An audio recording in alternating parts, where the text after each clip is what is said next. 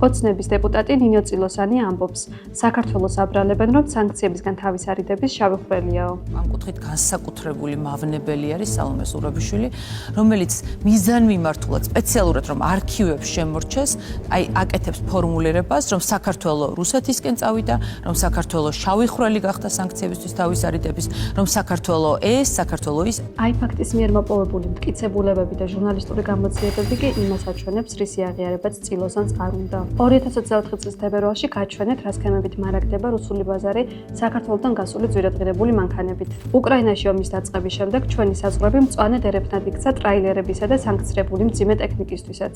მოგიყევით, როგორ იგზავნება რუსეთში საქართველოს გავლით დრონები, GPS-ები და ორმაგი დანიშნულების სხვა ნივთები. წელს განახეთ, რა გზას გადის სანქცირებული რუსული ნავთობი საქართველოდან ევროპამდე.